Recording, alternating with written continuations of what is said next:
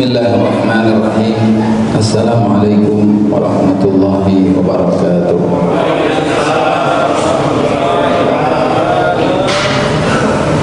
Alhamdulillahilladzi 'allamal Qur'an khalaqal insana 'allamahul bayan. Wa nusalli wa nusallimu ala nabiyyina Muhammadin wa ala alihi wa sahbihi ajma'in. Rabbi shrah li sadri wa yassir li amri wahlul 'uqdatam min lisani yafqahu qawli wa ba'du.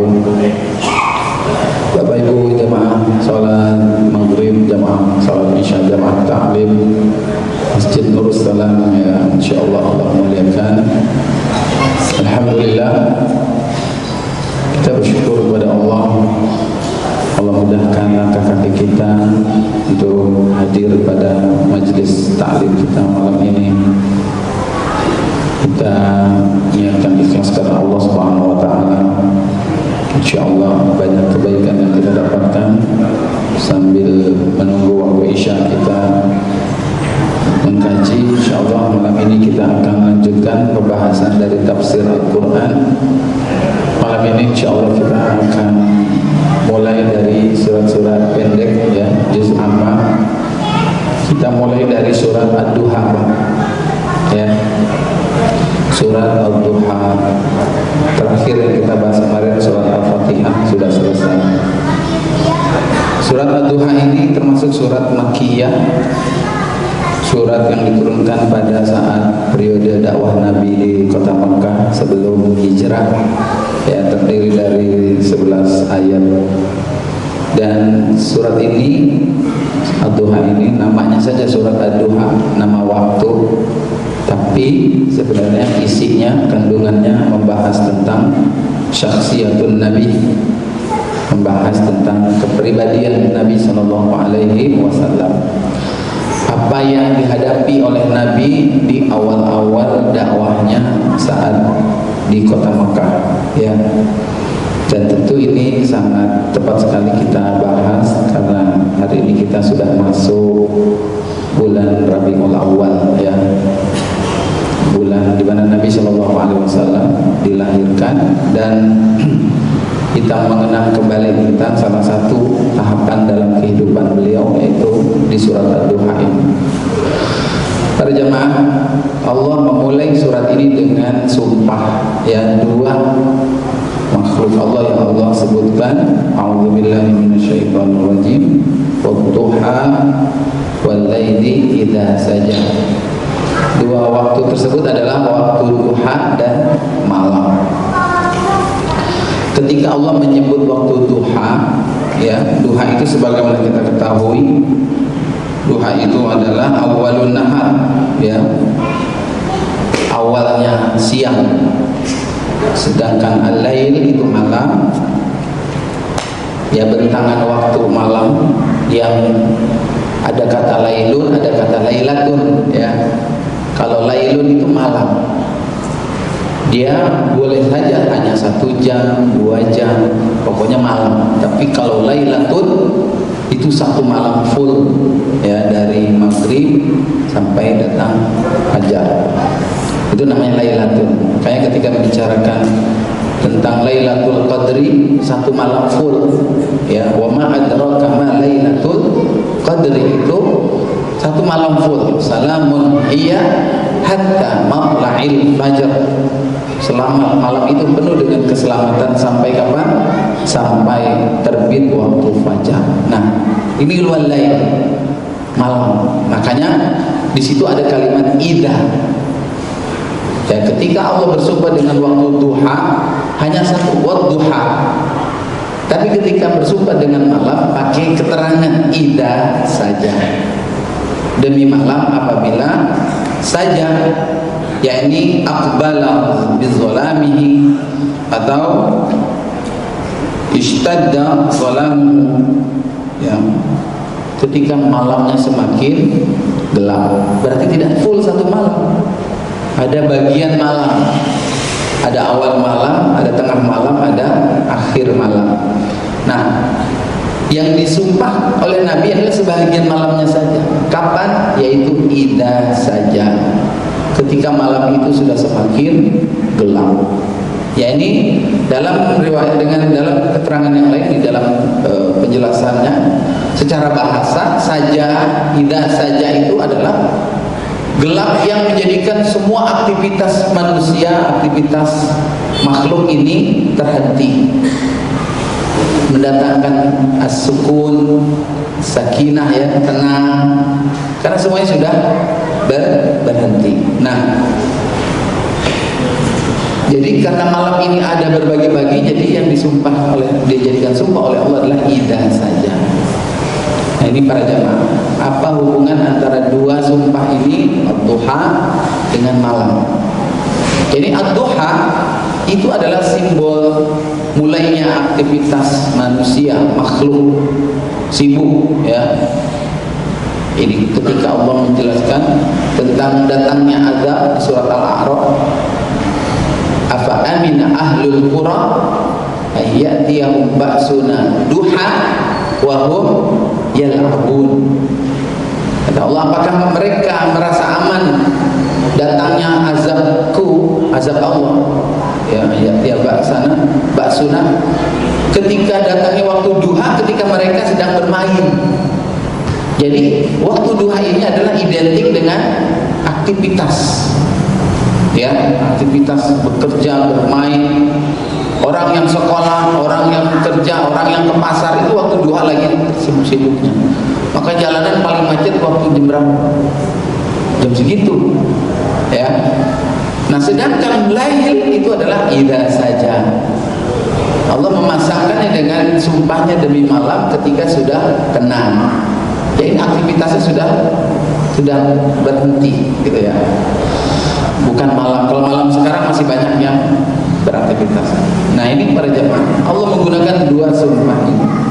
Apa yang ingin Allah sampaikan? Ma wadda'aka rabbuka wa ma qala. Tidaklah wadda'aka itu ay tarakaka. Allah memberikan informasi bahwa Allah tidak meninggalkan kamu. Jadi khitabnya, lawan bicaranya itu adalah Nabi Muhammad sallallahu alaihi wasallam. Jadi domir ka itu adalah domir tunggal buat kamu. Yang dimaksud adalah Nabi Muhammad. Allah tidak meninggalkan engkau wahai Muhammad. Wa ma qala, tidak pula qala, yaitu abghadaka, tidak membenci kamu. Kalau kita lihat kalimatnya para jemaah, yang terbesit dalam benak kita, kalimat yang ditujukan ini kepada Nabi Muhammad SAW menunjukkan ada sebab, ya. Kenapa Allah mengatakan Tuhanmu tidak meninggalkan kamu dan tidak juga membenci kamu? Berarti ada kondisi, peristiwa, keadaan di mana Nabi SAW merasa Allah ini meninggalkan dia, Allah ini benci sama dia.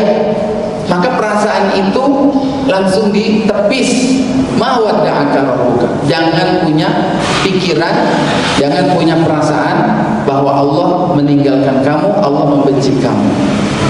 Ya, para jemaah, berarti Nabi sebagai manusia dia merasakan hal itu. Ya, kalau kita para jemaah pernah nggak ngerasain, ya, hidup kok hampa, pertolongan dari Allah mana sih? Allah meninggalkan kita, ya, apa Allah benci sama kita, gitu ya. Maka para jemaah, kita perlu mengetahui sababun nuzul ayat ini. Ya, apa yang menyebabkan Nabi merasa ditinggal oleh Allah, merasa Allah benci sama dia. Jadi ternyata para jemaah disebutkan, ya, dalam hadis riwayat Imam Bukhari dan Imam Muslim, ya, bahwasanya sebab turunnya ayat ini adalah bahwa pernah Nabi SAW ini ishtaka, mengeluh, mengadu, ya, ishtaka Rasulullah SAW, falam yaqum lailataini aw thalatha, lalu Nabi tidak bangun di malam hari. Jadi maksudnya tidak yakum di sini tidak melaksanakan qiyamul lail. Ya, tidak melaksanakan qiyamul lail berapa lama? Lailataini, 2 malam, atau 3 malam.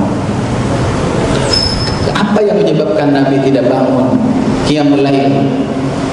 Ini menunjukkan bahwa Nabi itu setiap hari sebenarnya qiyamul lail. Tapi dalam peristiwa ini Nabi sempat 2 malam, 3 malam tidak qiyamul lail. Ya, ternyata penyebabnya adalah Allah Subhanahu wa taala tidak menurunkan wahyu kepada beliau. Allah tahan itu turunnya wahyu. Setelah sebelumnya Allah turunkan, tiba-tiba wahyu itu tertahan. Maka Nabi menunggu, mana dia Jibril datang, mana temanku, mana sahabatku. Apakah dia turun membawa wahyu? Ternyata tidak turun. Maka kalau bahasa kita apa? Gelisah dia. Banyak pertanyaan, ada apa ini? Nah, ini dia kemudian merasa Allah meninggalkan dia. Allah benci, apa salahku? Begitu. Maka dalam keadaan Nabi SAW bimbang, resah, bingung, menunggu arahan dari Allah Subhanahu wa taala apa yang harus dia lakukan, ternyata tidak turun. Maka dia menyebabkan dia tidak melaksanakan qiyamul lail 2 malam atau 3 malam. Ini kondisinya sama nggak dengan kondisi kita para jemaah? Kita kalau lagi banyak masalah malah qiyamul lail apa enggak? Kita lagi. Orang umumnya kalau lagi banyak masalah tahajud Pak, dia doa ya. Ini malah Nabi lagi ada masalah malah enggak bangun, tidak qiyamul lail. Dia bingung, dia sedih. Hingga kemudian faja'at imra'atun, datanglah seorang wanita. Siapa dia? Wahia Ummu Jamil, imra'atu Abi Lahab. Wanita itu adalah istrinya Abu Lahab. Abu Lahab itu adalah pamannya Nabi. Berarti ini siapanya? Anjingnya ya, bibinya. Abu Lahab sama istrinya sama 11-12, benci sama Nabi. Dia mengatakan faqalat ya Muhammad, wahai Muhammad, inni la arju an yakuna syaitanuka qad tarakaka lam arahu qurbaka lailatain. Ini perkataan seorang Ummu Jamil. Wahai Muhammad, ngomongnya aja songong. Ya Muhammad, manggil namanya. Ya, sedangkan ayat saja nggak ada Allah memanggil ya Muhammad, ya ayyuhan nabi, ya ayyuhar rasul, ya Muhammad, ya memponakan kalian. Inilah arju syaitanu, sungguh aku benar-benar berharap setan kamu, setan kamu ini sudah meninggalkan kamu. Apa maksudnya Pak setan ini? Yang dimaksud setan ini adalah Tuhan kamu. Dia menyebut Allah Tuhan itu dengan syaitan. Apa maksudnya? Ya ini orang Arab dulu kalau ngomong teman-teman dekat, teman yang suka nolong itu namanya syaitan. Ya. Jadi Allah karena suka nolongin Nabi Muhammad itu dipanggilnya syaitan. Ya, di dalam surat Al-Baqarah ada ayat mengatakan wa idza khalau ila syayatinihim qalu inna ma'akum. Ngomongin orang-orang apa tuh? Munafik. Wa idza laqul ladzina amanu, orang munafik ini kalau ketemu orang yang beriman qalu amanna. Mereka bilangnya kami beriman. Ngaku beriman kalau ketemu sama orang yang beriman. Tapi wa idza khalau ila syayatinihim, ketika mereka kembali ke setan-setan mereka. Nah, kenapa menggunakan kalimat setan? Yaitu teman-teman yang bantuin dia. Maka bahasa mereka nih orang-orang musyrikin membahasakan Allah, inilah arju syaitan, bahasa yang gak sopan kepada Allah. Aku berharap setanmu qad tarakaka, sudah meninggalkan kamu. Kenapa? Falam arahu, aku tidak melihat dia qurbak, berdekat dengan kamu lailataini, selama dua malam ini atau 3 malam ini. Kemana Tuhan kamu sampai kamu tidak qiyamul lail? Nah, berarti dia sudah meninggalkan kamu, benci sama kamu. Ini adalah apa? Cemoohan, Pak.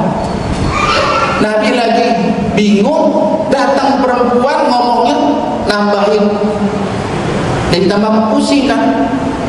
Ya, cuma dia gak bilang kesian deh lu kan sama begitu doang aja. Oh zaman sekarang udah bilang kesian deh lu. Ditinggalnya mana Tuhanmu tuh gak nurunin wahyu, kesian deh lu. Tambah dia kacau. Begitu para jemaah. Maka fa'anzalallahu azza wa jalla, maka Allah menurunkan ayat surat Ad-Duha. Wadduha wal laili idza saja ma wadda'aka rabbuka wa ma qala. Enggak benar tuh omongan perempuan tuh. Enggak benar tuh apa yang ada dalam pikiran kamu. Tuhan kamu tidak pernah meninggalkan kamu, apalagi membenci kamu. Enggak mungkin. Ini berarti apa? Tasliyah. Ini adalah hiburan, penguatan dari Allah Subhanahu wa taala kepada Nabi, bahwa ternyata Nabi Rasul itu dalam hidupnya di awal-awal dakwahnya ini kan turun di kota Mekah, dan termasuk ayat-ayat yang awal-awal turun dia menghadapi kondisi seperti ini para jemaah.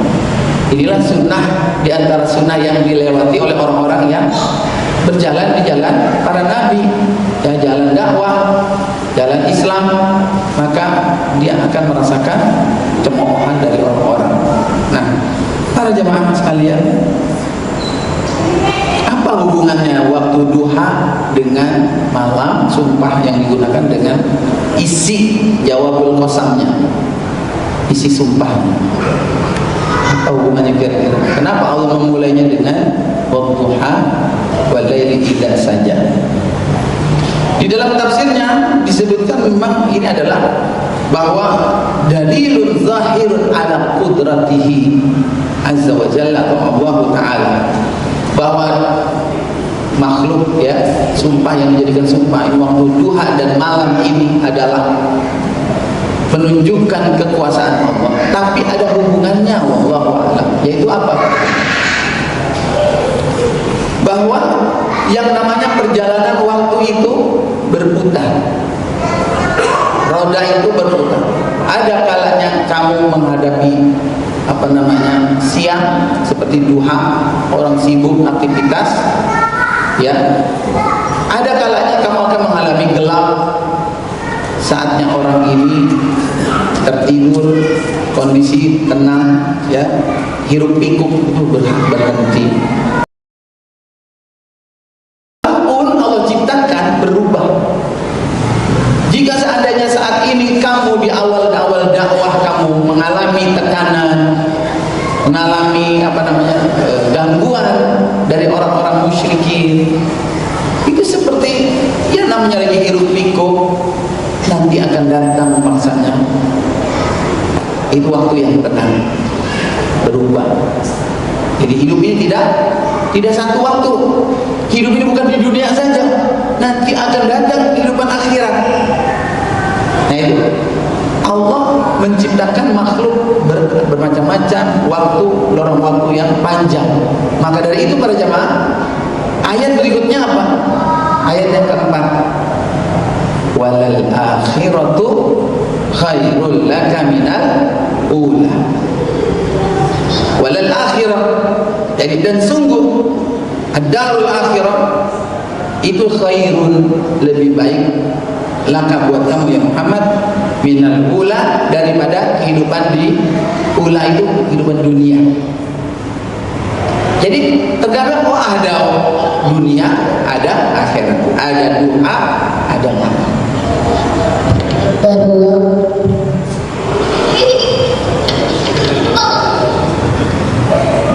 Para jamaah sekalian, Allah yang mengatakan apa yang kamu hadapi hari ini di dunia, nanti akan kamu hadapi ada juga hari di akhirat, dan kehidupan di akhirat kamu lebih baik daripada kehidupan di dunia. Maka bersabar. Ini adalah sunnatul hayat. Ini adalah sunnah dalam kehidupan. Seseorang itu menghadapi masalah itu wajar. Hidup nggak enak terus, ya. Hidup tidak selalu sesuai dengan keinginan kita, tapi ada kalanya kita mengalami kepahitan, Maka Allah mendoktrin Nabi Shallallahu Alaihi Wasallam, sungguh akhirat kamu itu lebih baik. Kalau sekarang kamu di waktu duha diumpamakan, nanti kamu akan tenang di akhirat. Nah itu para jamaah sekalian.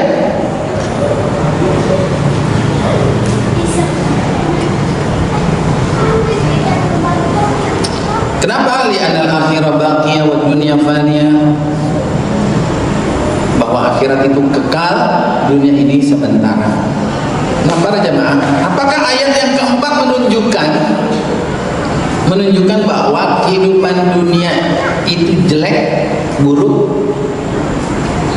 Perhatikan bahasanya. Akhirat lebih baik bagi kamu daripada dunia. Apakah menunjukkan dunia jelek? Tidak. Bahwa nikmat yang Allah berikan kepada Nabi Shallallahu Alaihi Wasallam di dunia dan juga di akhirat.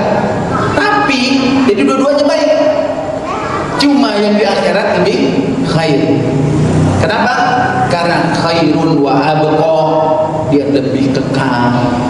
Dan ada kenikmatan yang membuat akhirat itu lebih, buat Nabi Shallallahu Alaihi Wasallam, buat kita juga sebenarnya, ya, daripada kenikmatan yang Allah berikan kepada Nabi di dunia.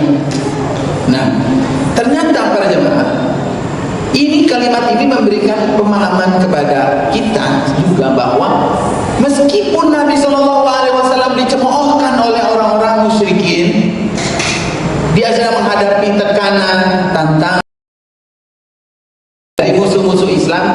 Itu berdasarkan ayat ini namanya baik atau tidak? Khair, lebih baik itu. Apa kebaikannya para jamaah? Kebaikannya meskipun pahit, tapi sudut pandang Allah Subhanahu wa taala tetap baik. Apa itu? Yaitu Allah tetap menurunkan wahyu, menurunkan hidayah, petunjuk kepada kamu. Itu adalah baik. Tapi kamu harus tetap menghadapi nggak enaknya. Tapi dibalik tidak enaknya itu adalah nikmat, khair. Nah, kalau kamu mau merasakan lebih enak lagi nanti walal akhir. Ini sangat mempengaruhi secara kejiwaan, membuat Nabi Shallallahu Alaihi Wasallam kuat menghadapi tantangan-tantangan dakwah.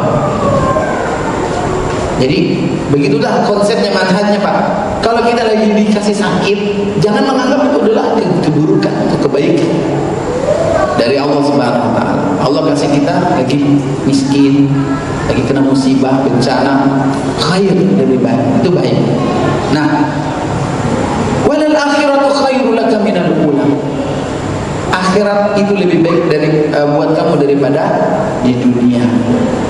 Ini adalah doktrin yang amat sangat mempengaruhi diri Nabi Shallallahu Alaihi Wasallam dalam dia menjalani hari-hari kehidupannya dalam berdakwah. Ya, jadi mindset kalau orang bilang apa yang kamu hadapi kecil itu semua terakhiran.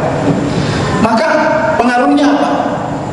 Pengaruhnya adalah ketika datang orang Quraisy, ya, nawari kamu mau jadi orang paling kaya di dunia, ya, saya di kota ini kami jadikan kamu orang paling kaya, tapi kamu jangan berdakwah, stop ngajakin orang masuk Islam. Maka rayuan orang kafir Quraisy itu enggak berpengaruh, ya, maka jadi gubris sama dia. Bahkan ketika Allah yang menawarkan ini gurun jazirah mau dijadikan lembah ini emas buat engkau ya Muhammad, mau nggak ada? Allahumma la aish ila aishal akhir. Ya Allah, tidak ada kebahagiaan yang aku harapkan selain kebahagiaan akhirat. Aku lebih memilih kenyang sehari, lapar sehari. Begitu berarti itu Nabi. Tapi kalau sahabat, banyak di antara para sahabat, ya ini yang punya kekayaan, ya. Abu Bakar Siddiq, Utsman bin Affan, Umar bin Khattab itu sahabat-sahabat yang memiliki kekayaan. Tapi kalau Nabi, dia lebih memilih kenyang sehari, lapar sehari. Walal akhiratu khairul laka minal ula, mempengaruhi Nabi ini tidak serakah. Kalau kita lihat pemimpin-pemimpin orang-orang Persia, Romawi, orang-orang Quraisy itu pemimpin-pemimpinnya pada bergelimang harta. Kalau Nabi mau, saya kan Nabi, ya kan? Pemimpin umat Islam kalau dia mau jadi orang kaya bisa aja, tapi walal akhiratu khairul laka minal ula. Itu mindsetnya para jemaah.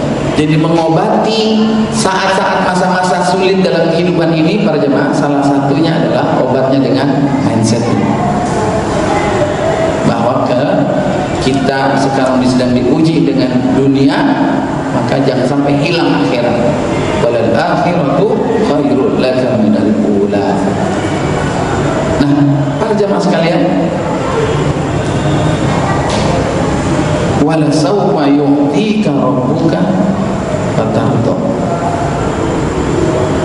Dan sungguh sawfa yu'tika, akan memberikan kepada engkau ya Muhammad, pemberian Allah akan memberikan kepada engkau pemberian yang membuat kamu ridho.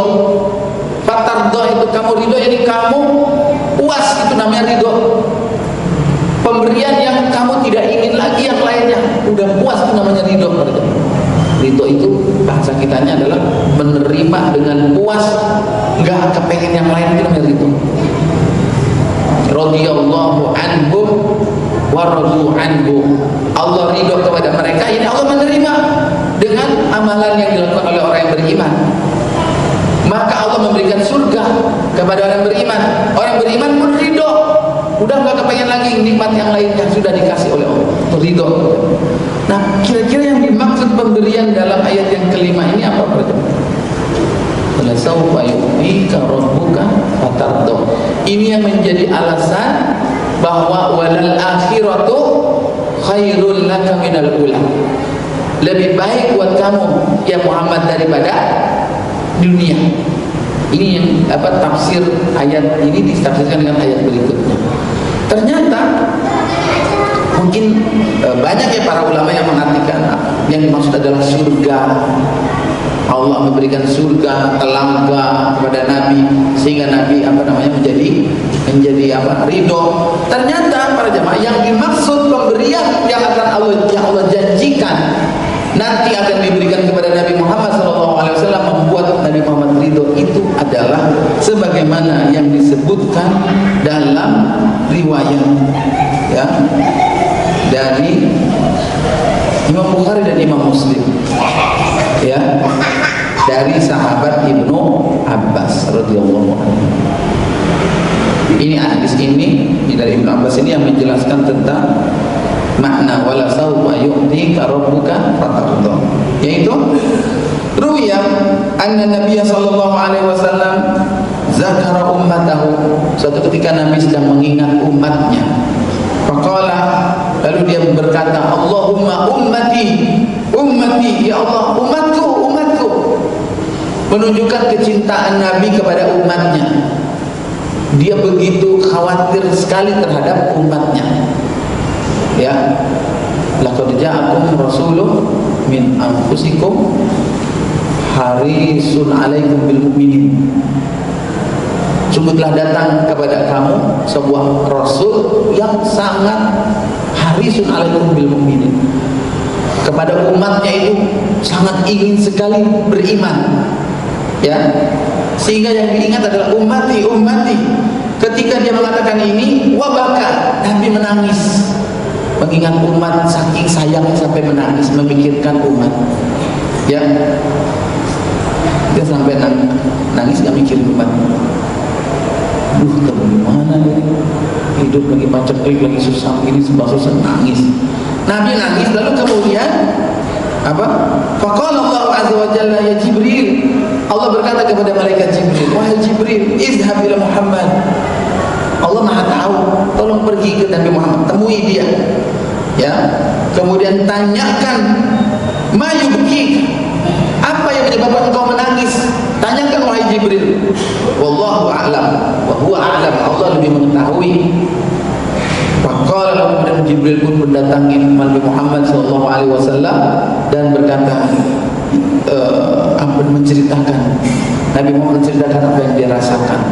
Dia begitu sayang sekali pada umatnya.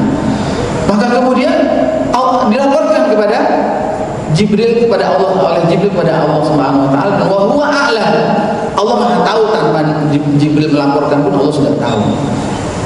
Lalu kemudian Allah mengatakan, ya Jibril, izhab ila Muhammad, pergi kembali kamu kepada Nabi Muhammad, temui dia lagi. Mengapain? Katakan kepada dia, inna sanurdika fi ummatika wala nasu'uk. Katakan bahwa kami, Allah akan memberikan sesuatu kepada kamu, yaitu sesuatu yang membuat engkau ridho, dan kami tidak akan berbuat jahat kepada umatmu. Apa itu para jamaah yang dimaksud? Dalam hadis disebutkan, di dalam riwayat yang lain ya, tadi riwayat Imam Muslim, riwayat Imam Bukhari dan Imam Muslim, bahwa likulli nabiyyin da'watun mustajabatun. Setiap nabi yang Allah utus itu punya hak diberikan oleh Allah doa yang mustajabah. Permintaan nabi itu yang kalau dia minta dikabulkan oleh Allah Subhanahu wa taala. Fata'ajjala kullu nabiyyin da'watahu. Lalu kemudian para nabi, setiap nabi yang diutus oleh Allah itu menyegerakan fasilitas tersebut. Doanya itu dia minta langsung digunakan, ya, diberikan di dunia. Wa inni, dan kata Allah, istabatu da'wati syafa'atan li ummati yaumil qiyamah. Ini kata Nabi Muhammad ya. Setiap nabi itu sudah punya dijabah oleh Allah dan sudah digunakan, dan aku, kata Nabi, aku menyimpannya, fasilitas tersebut nanti sebagai syafa'atan li ummati yaumil qiyamah. Akan aku gunakan itu untuk memberi syafaat untuk umatku pada hari kiamat. Maka hadis ini kemudian oleh ulama menjadikan penjelas dari hadis yang tadi. Apa yang akan Allah berikan kepada Nabi Muhammad membuat Nabi ridho, ternyata itu adalah fasilitas syafaat yang akan diberikan kepada umat. Kita pikir itu adalah surga. Wala sawfa yu'tika rabbuka fatardo. Ternyata yang membuat Nabi ridho itu adalah melihat umatnya menjadi dapat tertolong dengan syafaat. Nah, ini yang menjadikan kita, bagaimana kita tidak mencintai Nabi sementara Nabi begitu mencintai kita. Nah, cuma masalahnya nanti yang perlu dibahas adalah bagaimana kita mencintai Nabi. Ya. Nah, para jamaah sekalian yang berbahagia, di sini terlihat bagaimana besarnya cinta Nabi Shallallahu Alaihi Wasallam kepada umatnya. Wala sawfa yu'tika rabbuka fatarda. Ini yang membuat akhirat itu lebih baik buat Nabi daripada kehidupan dunia, karena buat Nabi itu dia bisa melihat umatnya mendapatkan syafaat. Sementara di dunia umatnya ada yang ditangkap, ada yang dibunuh. Meskipun ada Allah berikan pertolongan di dunia ini, Allah turunkan malaikat, Allah kirimkan angin, Allah berikan, tapi di akhirat lebih baik, yaitu berupa syafaat. Dan itu sudah sama-sama kita ketahui pada jamaah bagaimana syafaatul uzma, ya, yang akan diberikan nanti kepada umat Nabi Muhammad sallallahu alaihi wasallam saat kita dikumpulkan di padang mahsyar, saat orang-orang sedang bingung, sedang khawatir, penuh cemas, takut, menanti kitab yang akan Allah berikan kepada kita. Hasilnya apakah kita masuk surga atau masuk neraka? Semuanya pada deg-degan, Pak. Seperti orang yang lagi nungguin hasil ujian, hasil mau kerja segala macam, hasil diagnosa dokter, deg-degan kira-kira hasilnya gimana. Mereka datang menemui para nabi, para rasul, minta agar diberikan ketenangan, syafaat. Mereka datangi Nabi Adam alaihissalam. Hai Adam, engkau kan manusia pertama, engkau yang pernah ditempatkan diperintahkan malaikat bersujud kepadamu. Mintakan kepada Allah agar memberikan syafaat kepada kami. Waduh, jangan saya deh, kata Adam. Jangan saya cari yang lain, nabi yang lain. Kenapa? Saya malu. Kenapa? Saya dulu pernah suruh jangan deketin pohon, saya deketin pohon. Salah, dia ingat salah. Datanglah kepada Nabi Ibrahim. Nabi Ibrahim, tolong berikan, jangan kepada Allah akan berikan kami syafaat. Kata Nabi Ibrahim, jangan saya deh. Kenapa? Saya pernah berbuat salah dulu. Apa? Saya pernah bilang, pernah memfitnah apa patung, ya kan? Waktu patung dihancur-hancurin kan di ayat gitu. Tanya itu, in kanu yantikun. Kalau emang dia bisa ngomong, tanya tuh patung yang lagi udah dia megang kampak itu. Kalau dalam dunia kriminal kan dia tertuduh ya kan, lagi megang kampaknya. Saya nuduh bohong saya, padahal yang menghancurin adalah beliau sendiri. Jangan saya. Nada ke Nabi Musa, tolong ya Musa, jangan saya kan pernah membunuh orang dulu waktu lagi orang berantem, saya pisahin, saya pukul mati tuh orang. Jangan saya. Datang lagi kepada Nabi Isa alaihissalam. Nabi Isa, janganlah, ada yang lebih pantas dari saya. Siapa? Muhammad. Baru Nabi Muhammad yang memberikan syafaat. Nah, para jemaah sekalian, wala sawfa yu'tika rabbuka fatarda. Jadi ternyata apa yang dialami oleh Nabi di dunia ini, dia merasa sedih, merasa melihat umatnya ini disiksa. Tenang saja. Wal akhiratu khairul laka minal ula. Wala sawfa yu'tika rabbuka fatarda, di dunia saja kok. Itu berlaku hukum alam. Harus ada yang dikorbankan, harus ada darah, air mata yang tercucur, ya, menetes, itu harus biasa, ya. Wala sawfa yu'tika rabbuka fatarda. Nah, baru kemudian Allah menguatkan Nabi Muhammad SAW. Alam yajidka yatiman fa'arda. Mau bukti, ya, mau bukti bahwa Allah ma wadda'aka rabbuka. Allah tidak pernah meninggalkan kamu, wa maqala, dan tidak pernah benci kepadamu. Tidak pernah. Bukan sekarang doang, bukan saat ini doang para jemaah. Saat engkau merasa wahyu tidak turun, bukan. Tapi sejak kamu masih kecil, Allah tidak pernah meninggalkan kamu. Apa buktinya? Alam yajidka yatiman fa'awa. Bukankah dulunya kamu anak yatim? Siapa yang melindungi kamu? Allah sudah mendatangkan orang-orang yang melindungi Nabi. Nabi lahir udah dalam keadaan tidak melihat bapaknya. Bapaknya sudah meninggal. Dia orang miskin. Orang-orang bayi-bayi yang lain udah pada dapat bukan nyusuin, dia doang sendiri belum dapat, bayi Nabi Muhammad. Kenapa? Anak yatim, orang miskin, duitnya sedikit, bayarannya sedikit, ya. Maka kemudian didatangkan Halimah, kemudian dirawat dengan penuh kasih sayang. Terus kemudian umur 4 tahun dikembalikan kepada ibunya. 2 tahun kemudian ibunya meninggal, digantikan oleh pamannya, oleh kakeknya. Lalu kemudian 2 tahun kemudian meninggal, digantikan oleh pamannya, dan seterusnya. Siapa itu? Alam yajidka yatiman fa'awa. Ini barangkali para jamaah di antara yang mungkin kita kurang peka. Itu membaca ayat-ayat alam dalam kehidupan kita.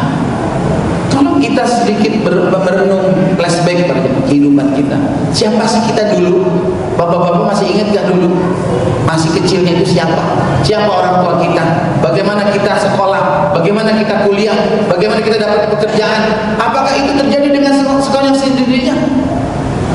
Sampai sekarang kita punya rumah, punya kendaraan, punya anak. Siapa yang menyekolahkan, mengkuliahkan mereka? Sampai sekarang kita keadaan seperti ini. Mawada'aka rabbuka wa maqala. Bukannya kehebatan kita, tapi Allah punya peran mengatur hidup kita. Kenapa kita kuliah di sini? Kenapa kita kerja di sini? Kenapa kita menikah sama si fulana, istri kita dia? Sampai sekarang itu adalah nikmat yang harusnya kita syukuri juga. Wa wajadaka ailan, wa wajadaka dhallan fahada. Bukankah kamu dulunya adalah dalam keadaan dolan, dalam keadaan tidak mengerti apa-apa? Dolan itu ma kunta tadri mal kitab walal iman. Siapa engkau ya Muhammad dulunya? Kamu tahu apa tentang Al-Quran? Kamu tahu apa tentang iman? Kalau bukan Allah yang mengajarkan kamu. Kamu bingung bagaimana memperbaiki umat, sampai kamu ke Gua Hira, kamu merenung, caranya gak ketemu. Fahada, hidayah. Iqra bismi rabbikal ladzi khalaq. Apakah kamu menuduh Allah meninggalkan kamu? Ma wadda'aka rabbuka wa ma qala. Ya, wa wajadaka 'ailan fa aghna. Dan Allah mendapati kamu dulu miskin, lalu Allah memberikan kamu kekayaan cuma. Sallallahu alaihi wasallam pekerjaannya dulu menggembala kambing, yang upahnya cuma cukup buat makan para jemaah. Tiba-tiba dia menikah dengan Khadijah, saudagar kaya, konglomerat, dengan membawa mahar 20 ekor onta. Siapa? Fa'adna. Siapa yang mendatangkan kemampuan kamu bisa berdagang, datang orang kemudian percaya membeli kamu? Itu Allah Subhanahu wa taala. Nah, ini para jemaah adalah bukti-bukti bahwa dunia itu adalah nikmat dari Allah. Dunia itu adalah khair. Allah sudah berikan itu kepada kamu, tapi kamu ingat, walal akhirah khair. Apa yang sudah Allah berikan kebaikan di dunia ini, masih ada yang lebih baik lagi. Jangan merasa puas dengan ada yang ada di dunia. Baru kemudian Allah mewasiatkan 3 hal sebagai bentuk syukurnya. Fa'amal yatima fala taqhar. Wahai Muhammad, jangan kamu memperlakukan anak yatim semena-mena. Ya, berbuat baik, lembut, sayangi anak yatim. Kun ka'abihi. Jadilah kamu seperti bapaknya anak yatim. Bukan cuma sekedar nyantunin, tapi kun anta ka'abihi, seperti bapaknya. Sebagaimana kita bangun tidur, kita ingat lihat anak kita cariin sarapan, kita beliin pakaian, kita pikirin jajannya. Itu anak yatim seperti itu, yang nanti berdampingan di surga dengan Nabi itu yang seperti itu. Bukannya malah hartanya dikuasai, ya, diambil, direbut. Wa amma sa'ila fala tanhar. Kalau ada yang minta-minta kepada kamu, jangan sekali-sekali kamu bentak, kamu perlakukan dengan kasar. Berilah. Apa yang kita beri ini akan Allah ganti di akhirat khairun laka minal ula. Wa amma bi ni'mati rabbika fahaddits. Dan adapun terhadap nikmat yang telah Allah berikan, ceritakanlah. Fahaddits. Ini ceritakan bukan dengan lisan saja para jemaah. Jadi ini ayat yang menunjukkan bahwa kita harus lebih banyak menunjukkan nikmat. Jangan ngeluh mulu. Temu orang, tunjukkan meskipun kita sedang susah. Jangan ditunjukkan kesusahan, tapi tunjukkan ada nikmat banyak yang Allah berikan kepada saya. Memang ada pedihnya, tapi saya hadis kupas-kupas buah manggis. Buah tidak puas, waktunya sudah habis. Sudah datang waktu Isya ya. Ya, masih banyak, masih ada beberapa yang ingin saya sampaikan terkait dengan surat Ad-Duha ini tentang makna qiyamul lail. Kenapa qiyamul lail? Padahal belum ada syariat sholat. Qiyamul lailnya seperti apa? Insyaallah mudah-mudahan di lain kesempatan. Saya cukupkan sampai sini. Aku qauli hadza wa astaghfirullah al-azim li wa lakum. Hadana Allah wa iyyakum ajma'in. Subhanaka Allahumma wa bihamdika asyhadu an la ilaha illa anta astaghfiruka wa atubu ilaik. Wa a'fu minkum. Assalamualaikum warahmatullahi wabarakatuh.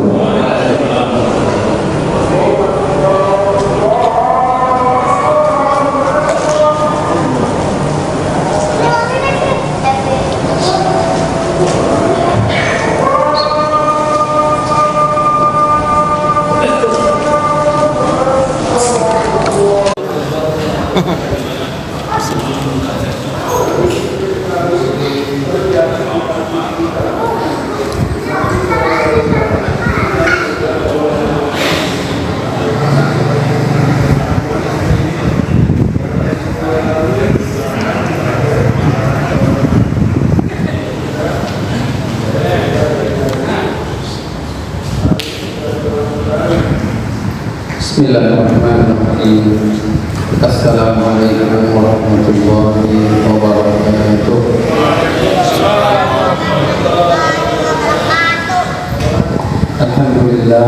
Alhamdulillahilladzi 'allama al-Qur'an wa nafa'al insan 'allamahul bayan.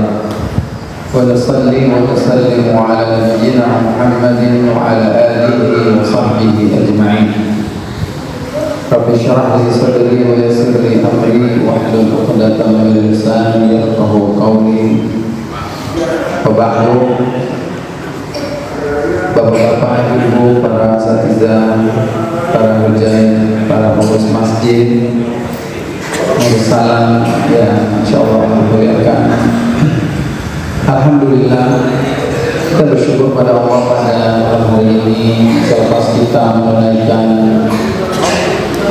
aktivitas kita seharian siang hari pada kita konsol, yaitu Allah memerintahkan kita kalau sudah selesai urusan kamu dalam dunia konsol, maka bersiap-siaplah untuk melanjutkan untuk urusan agama kita. Maka alhamdulillah awal petang ini sudah kita awali dengan menunaikan salat maghrib berjamaah, dan sambil menunggu isya kita akan mengkaji insyaallah dengan kebaikan yang kita dapatkan selama kita duduk di tempat ini. Oleh sebab itu mari kita luruskan niat kita ikhlaskan karena Allah Subhanahu wa taala, agar apa yang kita dapatkan pada kesempatan ini jauh lebih banyak dari apa yang kita perkirakan, dan apa yang kita lakukan Allah ridhoi insyaallah. Amin ya rabbal alamin. Para jemaah, 1 tahun ya kita tidak jumpa ya, tahun 2023.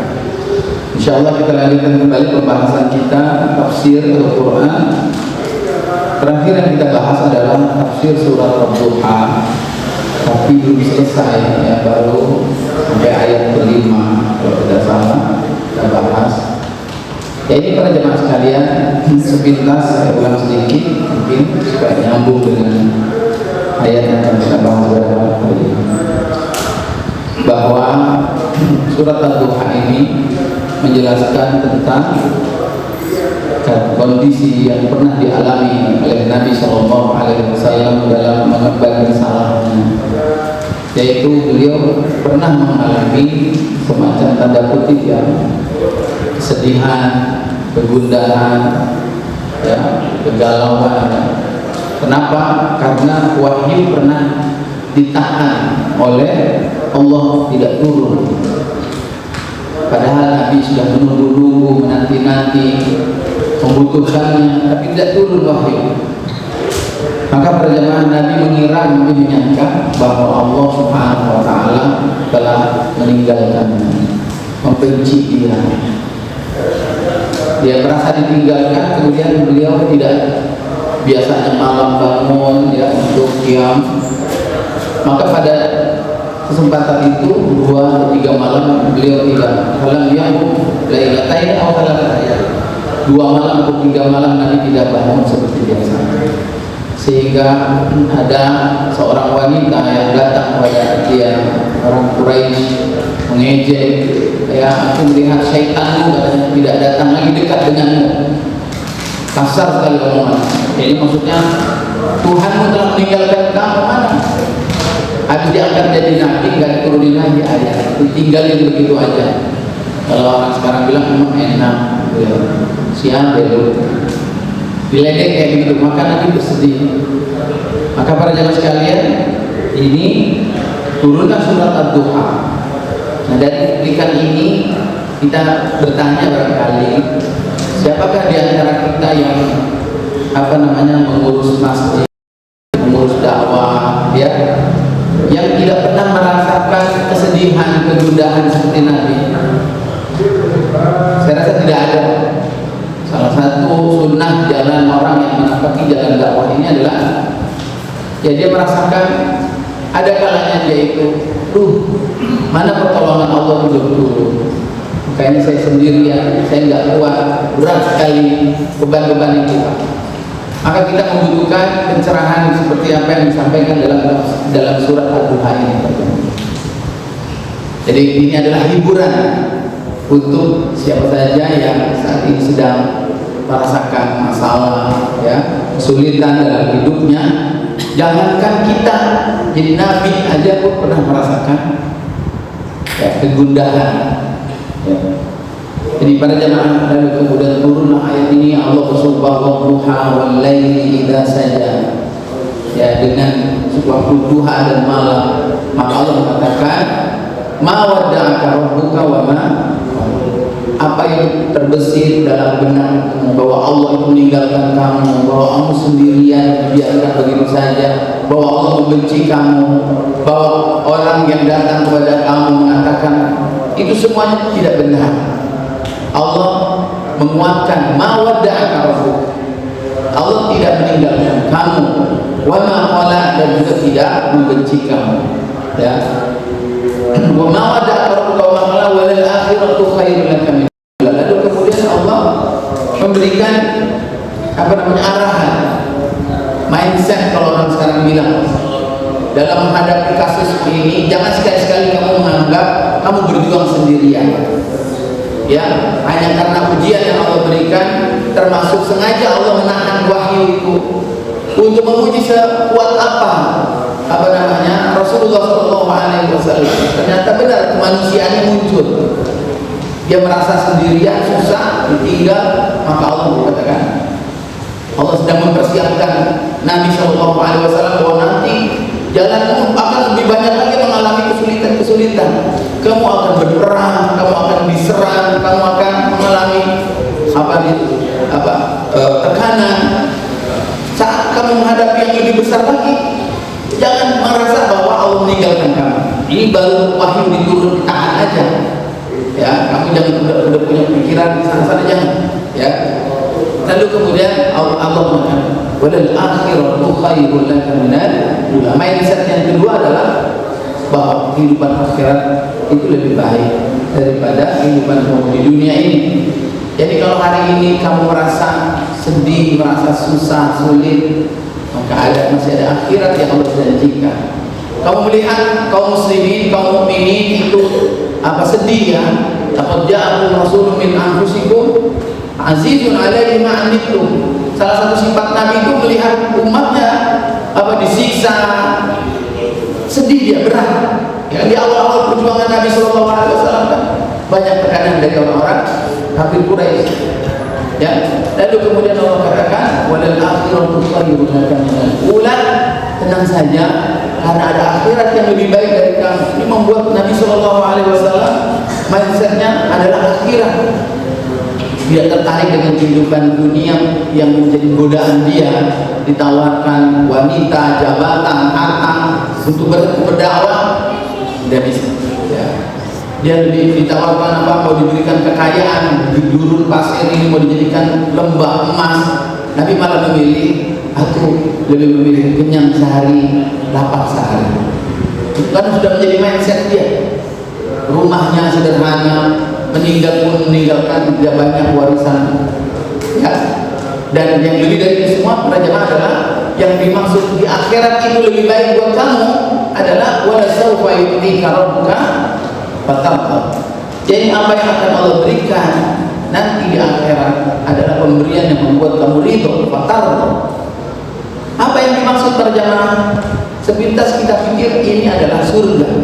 Surga mungkin sudah pasti jaminan buat Rasulullah SAW, nikmatnya. Tapi ternyata dalam tafsirnya ini disebutkan yang dimaksud pemberian Allah nanti di akhirat yang menyebabkan engkau ridho adalah Allah memberikan peluang, kesempatan kepada engkau untuk dapat memberikan syafaat kepada umat. Itu yang diinginkan. Keinginan terbesar Nabi itu bukan pengen dia jadi orang kaya, bukan pengen dia punya jabatan yang tinggi, tapi pengen umatnya ini menjelang kematian itu yang disebut ummati. Dia ingin melihat umatnya ini bahagia, beriman, ya. Maka Allah katakan wala sawfa yu'tika. Kalau mereka sekarang ini sedih, ya, mendapatkan penderitaan, nanti di akhir kamu bisa memberikan syafaat kepada mereka. Itu yang kamu mau? Iya, mau senang nanti. Ya, dalam sebuah riwayat disebutkan Allah pernah memerintahkan pada malaikat, temui Nabi itu. Kenapa dia sedang menangis? Izhab, pergi ya Jibril kepada Rasulullah SAW, tanyakan, maju kita, apa yang menyebabkan kau menangis? Maka dia kata, umatku. Lalu kemudian dalam riwayat lain dikatakan bahwasanya Rasulullah SAW mengatakan setiap nabi, setiap rasul itu diberikan fasilitas pemberian khusus dari Allah Subhanahu wa taala, da'watun mustajabah, doa yang diijabah, permintaan yang dikabulkan oleh Allah Subhanahu wa taala. Maka kullu nabi, semua nabi itu sudah menggunakan fasilitas itu. Sedangkan aku, kata Nabi, ikhtabatu, aku simpan kesempatan itu. Untuk kapan? Nanti pada hari kiamat aku akan menggunakan untuk memberikan syafaat kepada umatku. Wa sawfa yu'tika rabbuka fatarda. Nah, ini para jemaah. Lalu kemudian Allah Subhanahu wa taala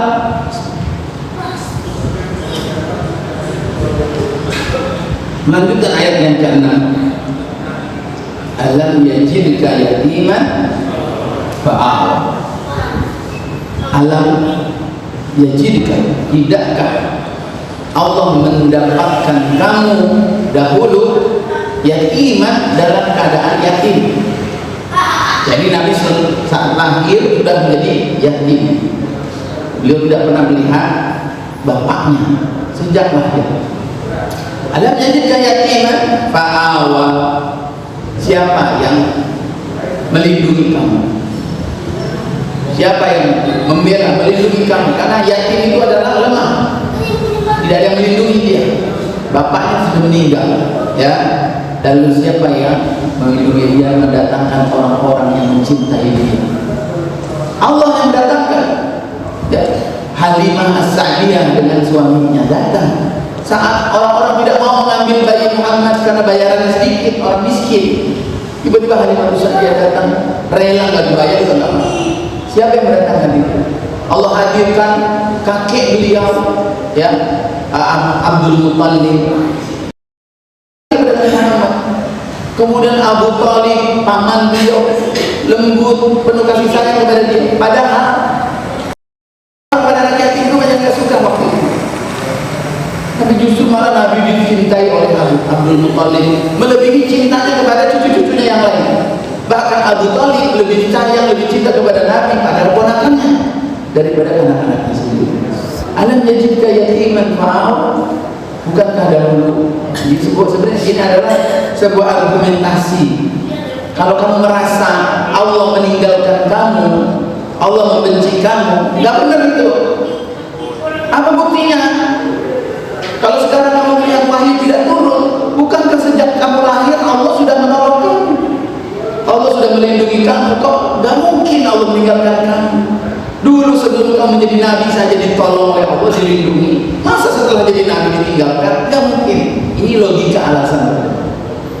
Ya, yang saya tangkap, Allah salah satu pesan, ya, hikmah, tadabbur yang bisa kita tangkap dari ayat ini adalah bahwa Allah memerintahkan ayat ke-6 ini kepada Nabi saat itu karena dia sedang menunggu wahyu tidak turun. Dia ingat atau tidak Pak masa kecilnya yatim ditolong oleh Allah. Bahwa dia dapat dolan fahada. Dari ayat yang kedua Allah katakan, bukankah Allah mendapati kamu dahulu dalam keadaan dolan? Dolan itu artinya apa Pak? Arti kasarnya sesat. Jadi maknanya adalah tidak tahu, bingung. Mana jalan yang benar ini? Ma kunta tadri mal kitab wal iman. Dalam ayat lain Allah menyebutkan, kamu tuh dulunya nggak ngerti apa itu iman, nggak tahu apa itu kitab Al-Quran. Siapa yang mengajar, memberikan fahada? Allah berikan petunjuk. Kamu ingatlah nggak waktu kamu itu bertahanus, berkhalwat, ya, menyendiri di gua Hira. Berapa lama kamu menyendiri? Kamu memikirkan bagaimana cara menyelamatkan umat. Caranya bagaimana? Apakah aku harus jadi orang kaya dulu dalam kasih sumbangan BLT bansos rumah ibadah?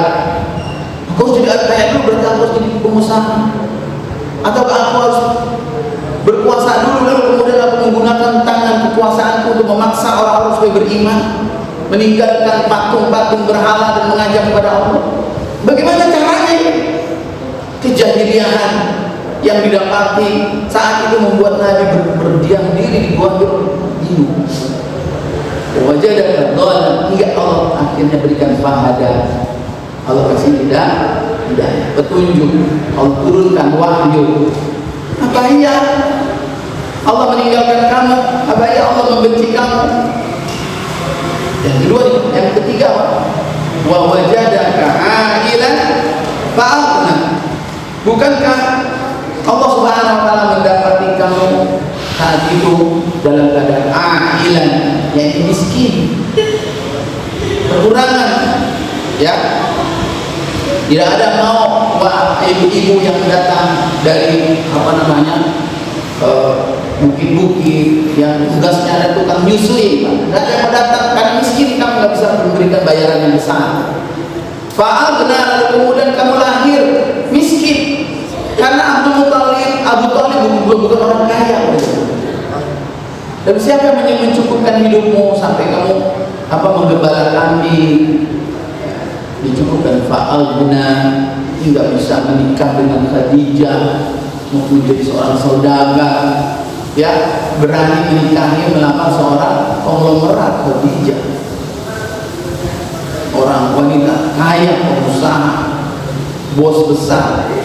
Kamu bisa membawakan mahar 20 ekor unta muda yang masih segar, yang harganya tinggi.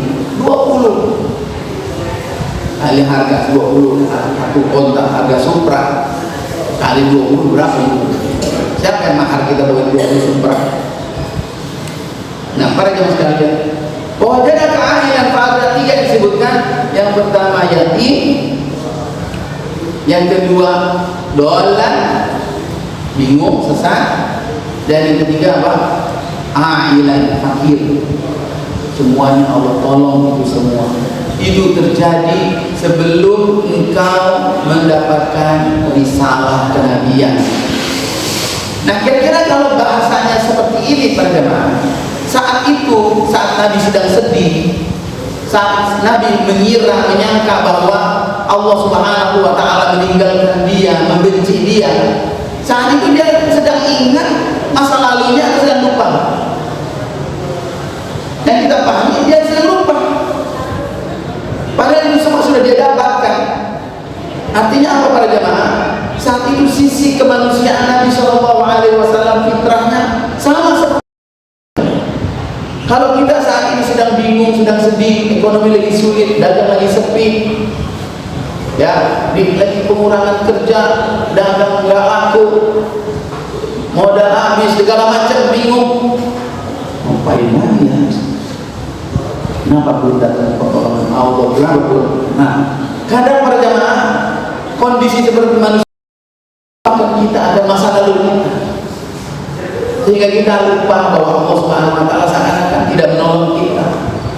Padahal dulu waktu kita masih muda, masih kecil, ya, kita kemudian sekolah, kita kuliah, kalau kita pikir-pikir lagi, itu semua apakah terjadi begitu saja sampai sekarang saat ini?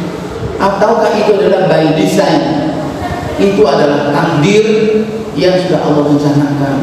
Kita bisa kuliah, kita menjadi sarjana, kita bisa bekerja, kita bisa seperti sekarang, punya rumah, punya kendaraan. Apakah itu datang begitu saja dengan sendirinya, ataukah Allah Subhanahu wa taala ikut campur dalam kehidupan kita? Nah, secara manusiawi para jemaah, apalagi jika dia sendirian para jemaah. Nah, dalam konteks seperti ini, Nabi merasakan seperti itu wajar. Kenapa? Karena wahyu tidak turun. Petunjuk dari Allah Subhanahu wa taala, arahan, bimbingan dari Allah Subhanahu wa taala ini tidak turun. Sehingga wajar begitu turun surat Al-Duha baru dia diingatkan, oh iya, alam yajidka yatiman fa'awa, wa wajadaka dhalan fahada, wa wajadaka 'ailan fa'aghna, baru dia tercerahkan. Dan begitulah para jemaah, orang yang tidak tercentuh hatinya, tersegarkan, tercerahkan, boleh jadi penyebabnya adalah karena dia jauh dari wahyu. Dia tidak membaca Al-Quran, dia tidak membaca tafsirnya, tidak membaca, mentadaburinya. Dia diam saja di rumah, merenung, memikirkan nasibnya. Dia ikut taklim, ya, sehingga dia tidak mendapatkan inspirasi kok. Ilmu yang dimiliki dia itu terbatas, bahwa ilmu orang lain ada yang dia punya, ada yang punya oleh orang lain dia tidak punya. tapi dia merasa tidak butuh dengan majelis ilmu, dia merasa cukup dengan hafalannya, dengan ilmu yang sudah dia punya, dia tidak perlu ngaji. Padahal Allah Subhanahu wa taala mengisyaratkan ya di surah Al-Baqarah,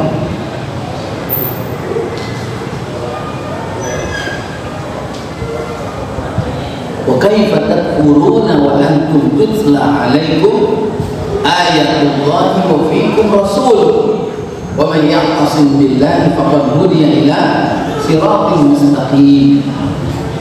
Ayat 100 surat Al-Imran. Ya. Wa kaifa takfurun? Allah bertanya, menyindir pada orang-orang beriman, bagaimana mungkin kamu bisa kufur? Ya, bagaimana mungkin kamu bisa kufur? Wa antum tutla 'alaikum ayatullah. Sedangkan kamu itu senantiasa dibacakan padanya ayat Allah. Coba perhatikan bahasanya. Wa antum tutla 'alaikum. Tutla itu apa artinya? Bentuk fi'il mudhari majhul, artinya dibacakan. Bukannya tatlu, bukan kamu membaca. Artinya apa para jamaah? Kita baca Quran, kita tetap masih butuh untuk dibacakan. Orang lain yang membacakan, orang lain yang membahasnya, mengkajinya, perlu masukan-masukan. Seorang guru, dia harus juga menjadi seorang murid. Seorang pengajar, dia harus belajar. Itulah generasi kuntum rabbaniyin bima kuntum tu'allimunal kitab wa bima kuntum tadrusun. Generasi rabbaniyin adalah orang yang kerjanya adalah bukan cuma ngajar doang, tapi tadrusun, kamu juga belajar. Seperti KL, kalau diisi terus ya habis, kalau nggak diisi perlu diisi juga. Maka tutla alaikum, salah satu yang menghindar seseorang ini dari kufur tergelincir adalah sering dibacakan, bukan cuma sekedar hanya membaca. Tutla alaikum ayatullah. Yang kedua apa para jemaah? Wa fiikum rasul. Di tengah-tengah kamu itu ada rasul. Siapa yang dimaksud? Ya Rasulullah, ya seorang yang membimbing, mengayomi. Kalau dalam bahasa kita sekarang adalah guru, ustaz, kiai. Jadi nggak cukup dia sendirian aja, udah baca sekarang udah banyak kok YouTube, tinggal setel aja. Tapi dia membutuhkan wa fiikum rasul. Baru situ wa man ya'tasim billah, barang siapa yang berpegang teguh kepada Allah, faqad hudiya ila siratin mustaqim. Maka sungguh dia sudah diberi hidayah dengan jalan yang lurus. Ada jangan sekalian yang Nabi lupa karena wahyu ditahan. Begitu turun, oh nggak mungkin Allah itu meninggalkan kita. Maka yang dibutuhkan saat ini ketika kita sedang galau, bahasa sekarang kita lagi galau, yang dibutuhkan adalah diantaranya flashback, mengingat perjalanan hidup kita bahwa Allah sudah banyak memberikan kepada kita. Ya, jangan hanya gara-gara sekarang ini satu dua perkara yang kita sedang nanti tunggu ya pertolongan dari Allah, kemudian belum kunjung datang, doa kita kabulkan, lalu kemudian lupa sama Allah. Nah para jemaah, secara urutan Allah menyebutnya dalam surah Duha ini ya, ayat 6, 7 dan 8. Yaitu yang pertama adalah yakin, yang kedua doa, yang ketiga adalah ail, miskin. Dan Allah memberikan pertolongan berupa fa'awa, fahada, dan fa'alna. Kenapa secara urutan? Karena memang yang dialami oleh Nabi SAW, yang Nabi butuhkan, ya, dan Allah berikan kepada Nabi sejak lahir, yang dia butuhkan terlebih dahulu adalah perlindungan, yakin. Ya, kalau bukan karena Allah yang melindungi, kita tahu nasibnya seperti apa. Nabi SAW kenapa ditakdirkan lahir dalam keadaan yakin? Ini apa namanya, orang-orang yang lain punya bapak, kenapa dia yakin? Ternyata para jamaah salah satu al-hikmah yang pertama dari Nabi SAW yang dilahirkan dalam keadaan yatim adalah liya'rif qadral yatama fayaqum bihaqqihim, agar Nabi SAW mengetahui bagaimana itu nasib kadar jadi anak yatim itu bagaimana, sehingga nanti begitu dia besar, begitu dia jadi orang sukses, begitu dia menjadi seorang pemimpin, menjadi seorang nabi, rasul, perhatiannya kepada anak yatim akan lebih. Kenapa? Karena dia sendiri merasakan sejak lahir. Beda berjamaah. Orang yang lahir dalam sejak lahir dia hidup dengan serba cukup, yang mau apa-apa ada bapaknya, mau apa-apa ada yang biayai, sampai kemudian sekolah, kuliah, sampai kerja pun dikasih perusahaan. Berbeda dengan orang yang sejak lahir itu sudah sendiri, maka dia akan memberikan perhatian kepada anak yatim lebih. Karena itu pesannya apa? Fa'annal yatima fala taqhar. Ya Muhammad, wahai Nabi Muhammad, ketika Allah mengangkatmu menjadi nabi, menjadi rasul, menjadi seorang pemimpin, menjadi orang yang sukses, ya, maka kamu berkhidmah kepada umat, kamu layani umat, kamu berikan pertolongan, kamu servis umat itu. Siapa yang diservis? Yang disebut pertama kali yatim. Fa'annal yatima fala taqhar. Jangan sekali-kali kamu takhar. Al-takhar itu qahar. Qahar yaqhar itu artinya dikuasai. Nah, yatim lahir, bapaknya meninggalkan warisan bapaknya. Mau banyak mau sedikit ada warisannya. Lalu kemudian saudaranya tak menguasai hartanya. Ibunya tidak berkuasa, perempuan, karena di zaman Arab dulu perempuan kurang mendapatkan perhatian, maka sering kali dia dikuasai, hartanya dikangkangi oleh saudara. Fala takhar, jangan kamu perlakukan, jadi menzolimi orang yatim dengan cara hartanya direbut, dirampas. Fa'annal yatim, dan kisah tentang yatim, pembelaan anak yatim dari Allah Subhanahu wa taala dalam Al-Qur'an luar biasa.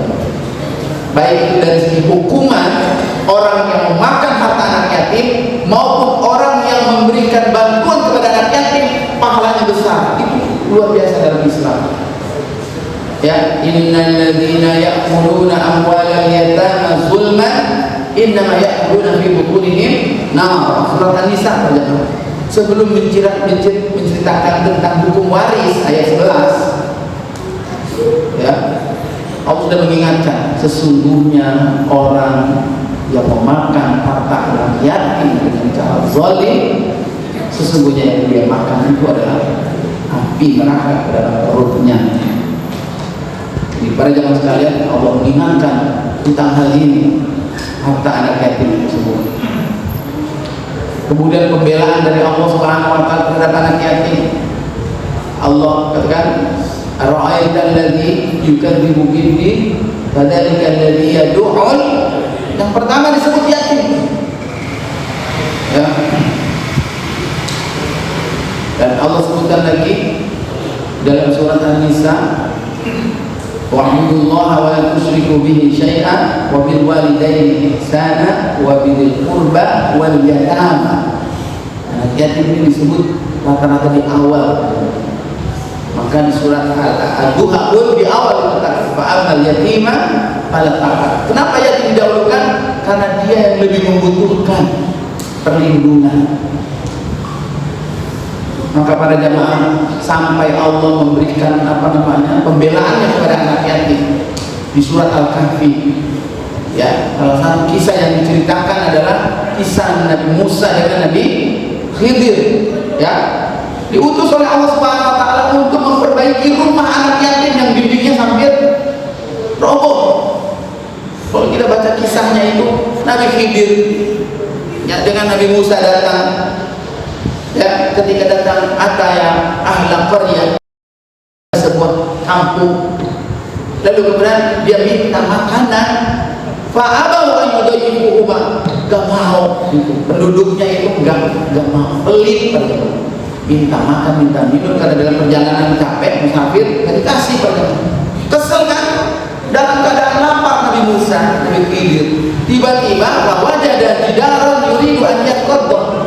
Waduh, itu ada rumah udah doyong, mau ambruk nih. Ya Musa, kita beresin, kita betulin. Coba ngebetulin rumah, perut lagi kosong, gimana rasanya? Ngebetulin rumah di kampung yang mereka menolak untuk memberi makan. Kalau model-model kayak kita mau nggak gitu? Baik, minta makan dia kasih, mau betulin rumah. Nabi Musa nggak dikasih tahu bahwa itu ternyata rumah anak yatim. Dibetulin juga sama Nabi Khidir. Begitu selesai, yuk kita minta upah. Minta upah bagaimana orang anak yatim?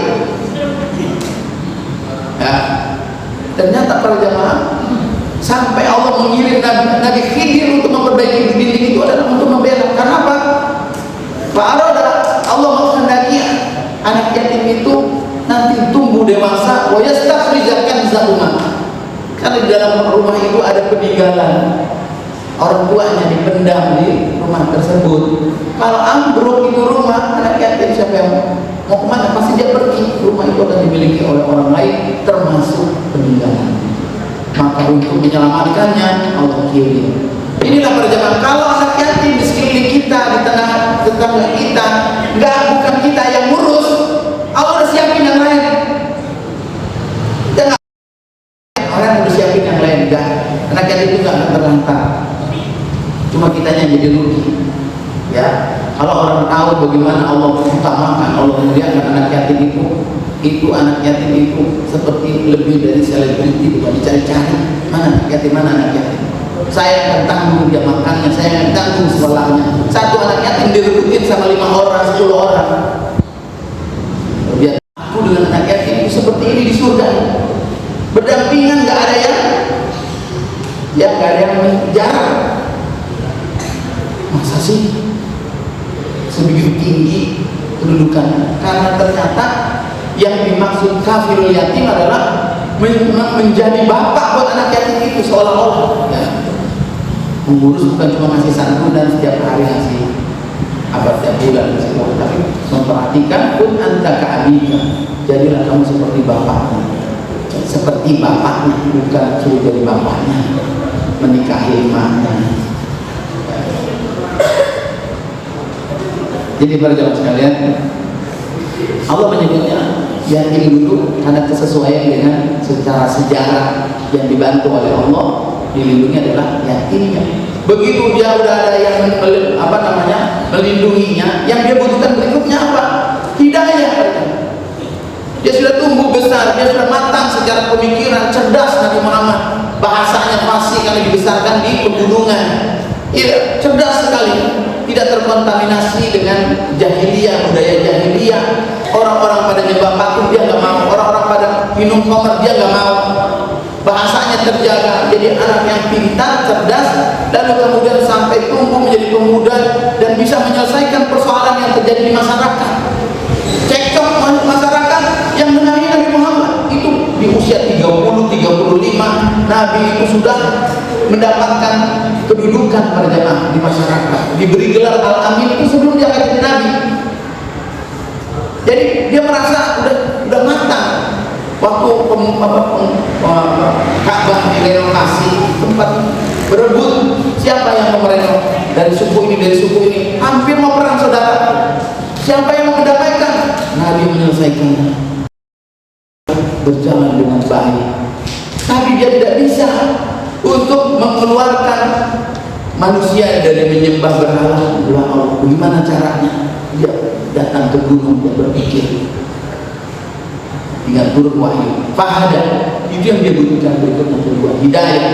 Begitu sudah ada petunjuknya, maka yang dibutuhkan berikutnya adalah alam wajadaka ailan fa'alna, yaitu Allah mencukupkan semua muanya dalam urusan ekonomi.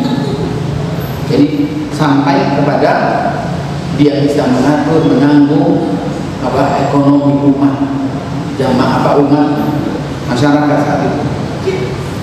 Nah, para jemaah sekalian,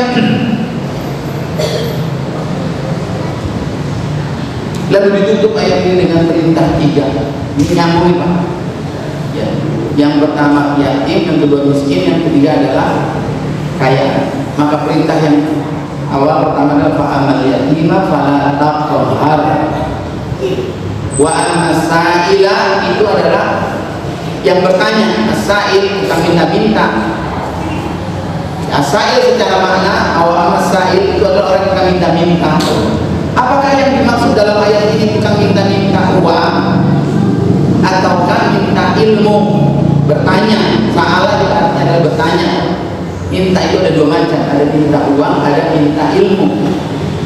Ya biasanya mereka ini yang minta adalah kedudukannya adalah rendah di bawah kita. Mereka adalah orang-orang lemah. Mereka adalah orang-orang yang sangat gampang sekali untuk kita bentak, untuk kita marah-marahin. Ada orang datang minta-minta. Mereka adalah orang yang paling gampang sekali untuk direndahkan, dikuasai. Termasuk adalah orang yang minta ilmu. Sedikit sekali orang yang berilmu itu mau mengajarkan orang yang tidak berilmu.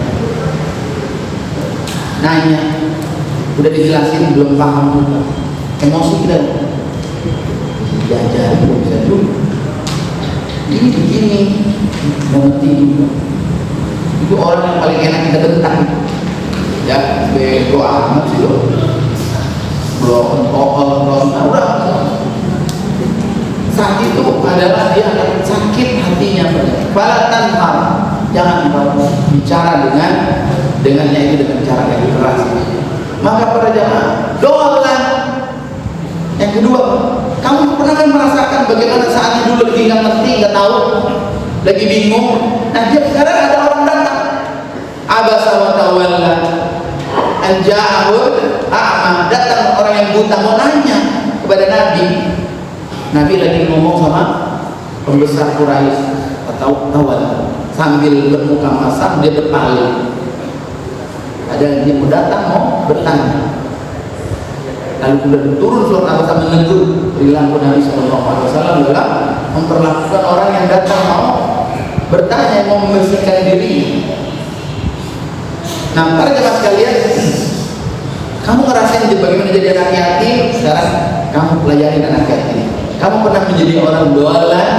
Sekarang jangan kamu melakukan orang yang doalan. Tanpa.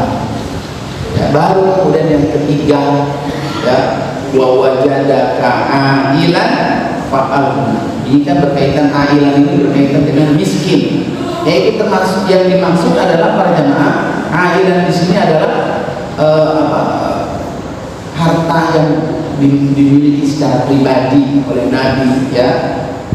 Wa amma bi ni'mati rabbika, karena adapun kepada nikmat Tuhanmu, yaitu Allah memberikan nikmat kepada Nabi Muhammad. Fahadis, suruh apa? Suruh sampaikan, ya, ceritakan. Maksudnya adalah suruh syukuri, ya, suruh bisa merasakan juga orang lain. Ya, berbicara itu bisa fahadis itu para jemaah, bukan fa'akhbir bahasanya. Kalau hadis itu suruh sampaikan. Kalau akhbir ngasih informasi, oh saya harus dapat busuran, saya harus dapat objekan, saya harus dapat apa namanya pesangon. Itu kita ngasih informasi. Tapi kalau hadis itu maknanya bukan suruh pamer, bukan. Saya punya uang sekian, saya punya kekayaan sekian, ya, bukan untuk sok-sokan, sombong-sombongan dia yang pengen dipuji. Tapi nikmat yang Allah berikan kepada kamu adalah hadis. Kamu komunikasikan kepada orang bahwasanya apa namanya dia mendapatkan nikmat dari Allah Subhanahu wa taala, diketahui dengan cara apa? Dengan bersyukur, memberi, menyumbang, berinfak, bersedekah, ya, sehingga orang tahu kita lagi dapat nikmat para jamaah. Dan dari situlah kemudian perbuatan itu terjadi berulang-ulang sehingga menjadi suatu pembicaraan. Oh, si Nabi Muhammad orangnya dermawan, memberi. Jadi pembicaraan itu makna penggunaan fahadis. Bukan dalam bahasa Arab kan ada fahadis, ada ma'akhbir.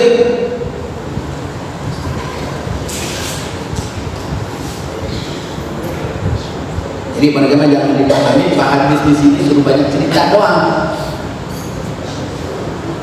Jangan dipahami fahadis di sini adalah dengan pak akhbir. Kalau cerita doang itu namanya suruh kasih tahu pak akhbir. Tapi kalau fahadis itu adalah kita bersyukur, kita berbagi sehingga orang merasakan nikmat yang Allah berikan kepada kita, dan sehingga itu menjadi perbuatan berulang-ulang, menjadi sesuatu yang dibicarakan. Maka para jemaah, secara urutan, kenapa wa amma bi ni'mati rabbika fahaddits di belakang? Yang pertama adalah yatim, wa amma yatima fala taqhar. Yang kedua adalah wa amma sa'il. Itu yang pertama, dan yang kedua adalah terkait dengan muamalah.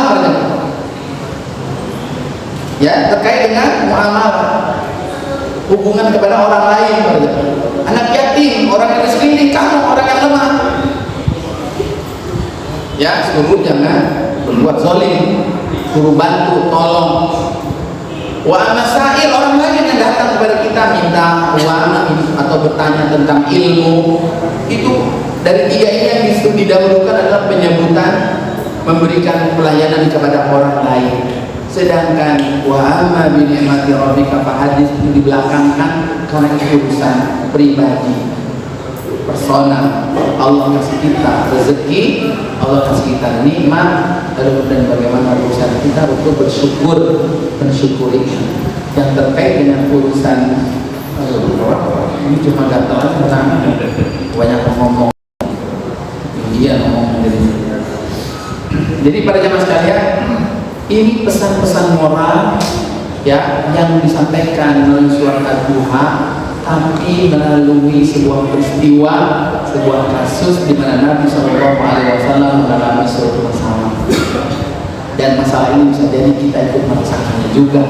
Lalu pesan-pesan moralnya adalah supaya kita lebih peduli dengan kita menyadari ada banyak nikmat apa Allah Subhanahu wa taala kepada kita, lalu kemudian kita diminta untuk peduli dengan lingkungan kita dan mensyukuri semua nikmat yang Allah berikan kepada kita. Ini para jemaah sekalian, barangkali ada yang mau didiskusikan, ada pertanyaan sebelum beberapa menit lagi waktu Isya. 7. Ini jangan kecepatan. Oh iya, saya pakai patokannya ini. Jadi Isya 31. Ada pertanyaan para jemaah, barangkali ada yang mau didiskusikan. Kalau tidak ada, saya tambahin sedikit. Ada? Tidak ada. Nah, dari segi bahasa para jemaah, ada dalam ayat tersebut Allah Subhanahu wa taala menggunakan fi'il mudhari, ada juga Allah menggunakan fi'il madhi. Fi'il mudhari itu adalah yang artinya sedang atau akan, sedang atau akan. Sedangkan fi'il madhi itu artinya kata kerja yang artinya lampau. Kalau dalam bahasa Inggris ada past continuous tense, ada past tense ya. Nah ini Allah ketika mengatakan alam yajidka yatiman fa'awa, di situ Allah menggunakan kalimat yajid, pakai fi'il mudhari. Sedangkan ketika menyebutkan yang kedua dan yang ketiga pakai fi'il madhi, wa wajadaka.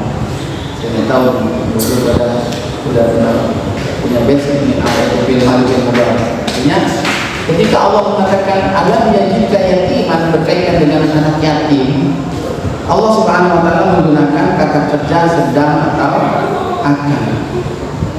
Apa ini rahasianya? Tapi ketika menjelaskan tentang wawajadaka dolan, pada saat Nabi Muhammad sedang bingung, ya, itu menggunakan kata kerja lampau.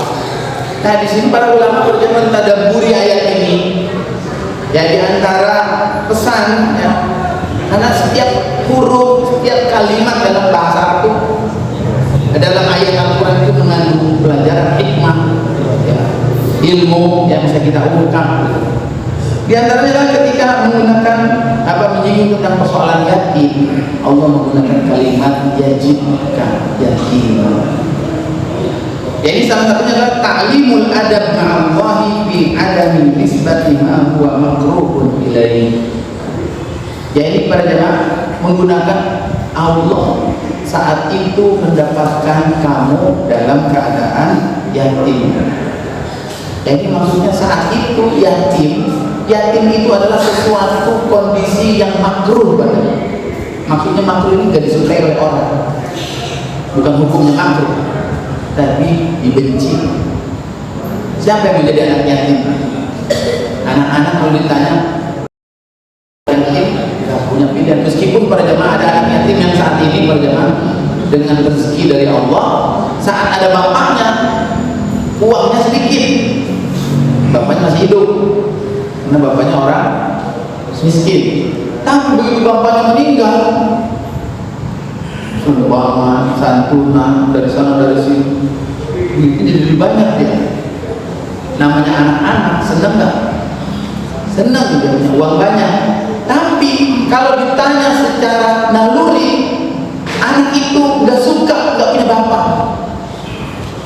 Karena yang dia butuhkan bukan cuma sekedar uang, bukan cuma sekedar santunan, kebutuhan, tapi yang dibutuhkan adalah kasih sayang dari bapak, bimbingan, teladan.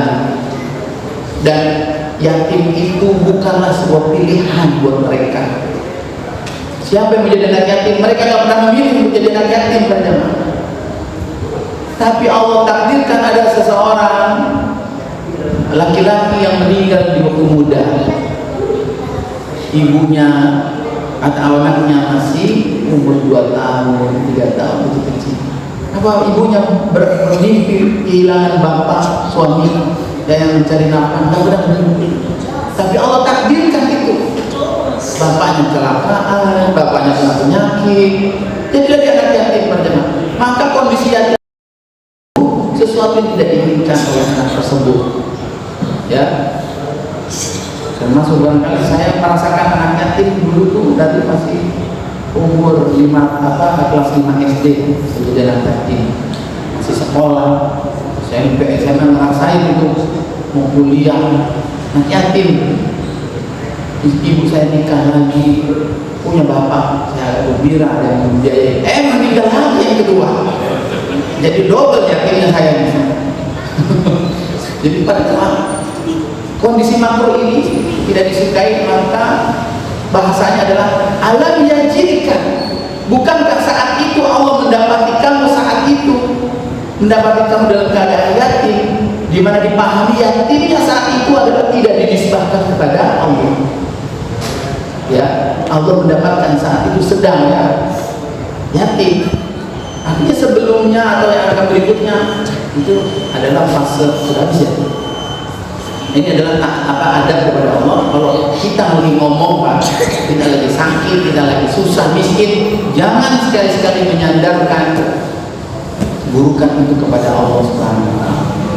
Ya, tapi sadarkan kepada kita, saya ini kurang sungguh-sungguh bekerja, saya ini kurang tidak Allah membuat saya miskin.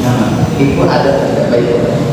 Demikian bagaimana yang bisa kita bahas pada hari ini, bermanfaat buat saya secara pribadi dan pribadi. Qulu qouli hadza wa astaghfirullah wa